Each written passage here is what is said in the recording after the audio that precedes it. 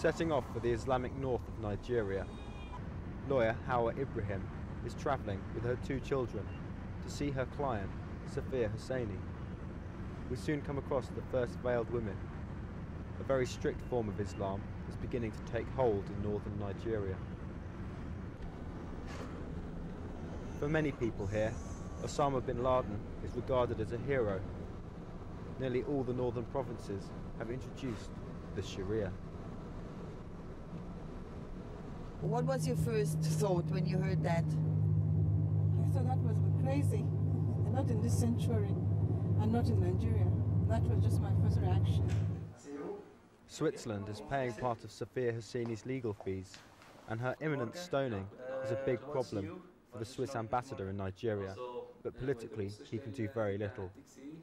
We thought about this, and we were not the only ones. The countries of the European Union, which we call like-minded countries, we got together and we thought that under the present circumstances it would be perhaps counterproductive to deliver a note to the Nigerian government, for the very simple reason that the government is actually against the application of this penalty which was pronounced against Safiya to do.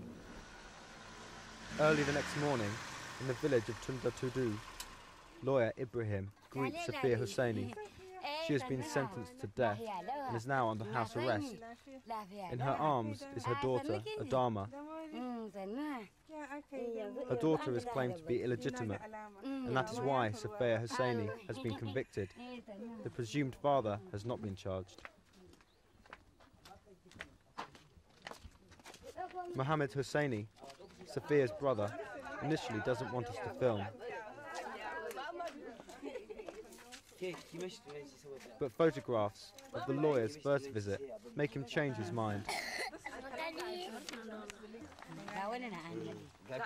Safiya Hussaini and her brother discuss the pending appeal. Safiya doesn't want to tell us what happened because she is afraid of jeopardizing her trial. She only tells us what she did when her brother noticed that she was pregnant.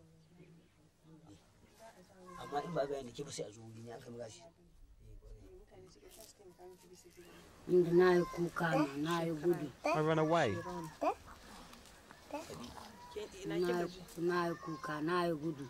I ran away and hid in another village.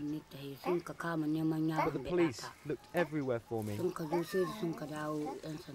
Finally, my brother showed them where I was. They arrested me immediately.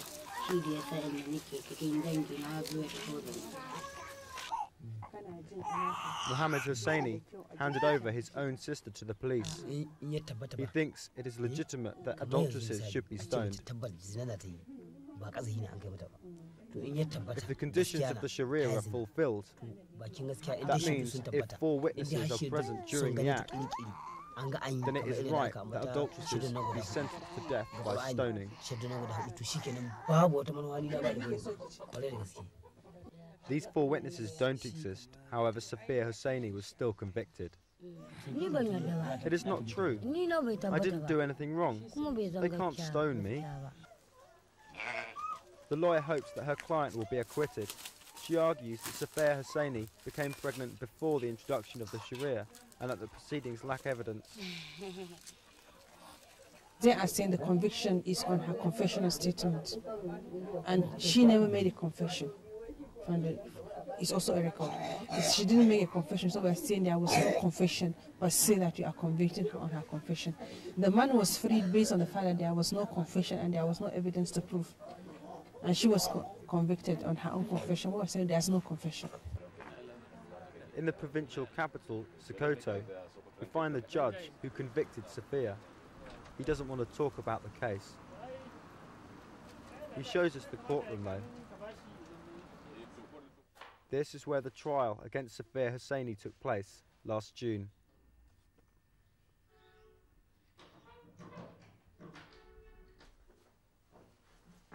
Eventually he is ready to talk to us, as he explains how a stoning has to take place.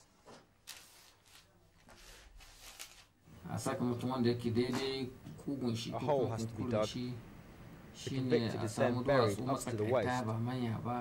Then people are called for the stoning. Stones shouldn't be larger than gravel stones. People throw stones until the person is dead.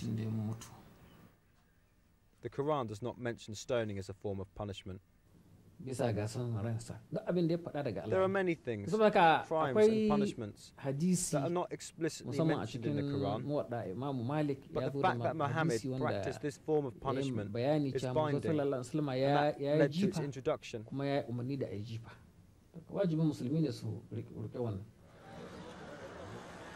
Sokoto, in northern Nigeria. 200 years ago, Arabs brought their goods here by camel, and Sokoto became Islamic. Today, 3 years after the end of the military dictatorship, the province has turned to Sharia law. The information officer here justifies stoning as a death penalty. We see it also as cruel, lethal injection to put somebody to death slowly and so on. Hanging too can be torturous. So that's that. The emphasis is to show people that this thing is happening, so that people, shun from doing evil acts. Half of Nigeria's 120 million inhabitants are Muslim.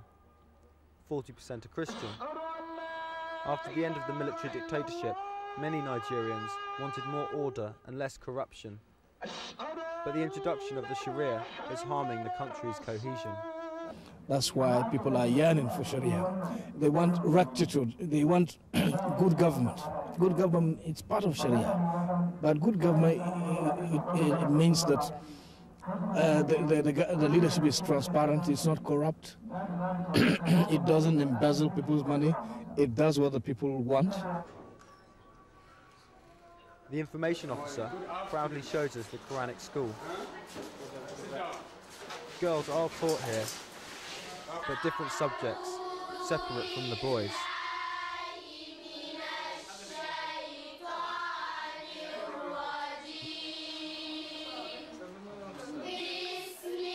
The teacher here is happy with the stricter form of Islam.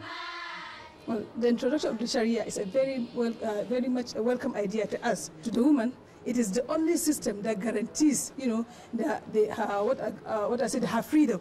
Whatever, it gives her all the freedom, all the chance, all the liberty to do what she's supposed to do, but according to the will of her Creator, that is Allah subhanahu wa ta'ala.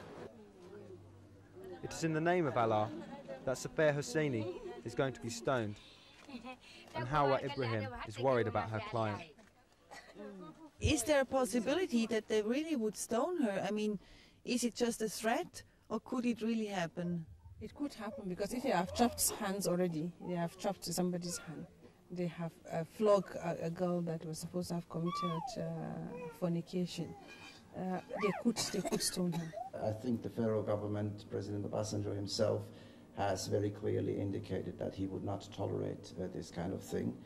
And on the other hand, it may become very difficult for the governor of Zamfara state to execute actually Safiya to be it only because of the protests worldwide. I think he will think twice before he does this. The case is still pending, but if she is definitely convicted, I will personally take part in the stoning, that is for sure.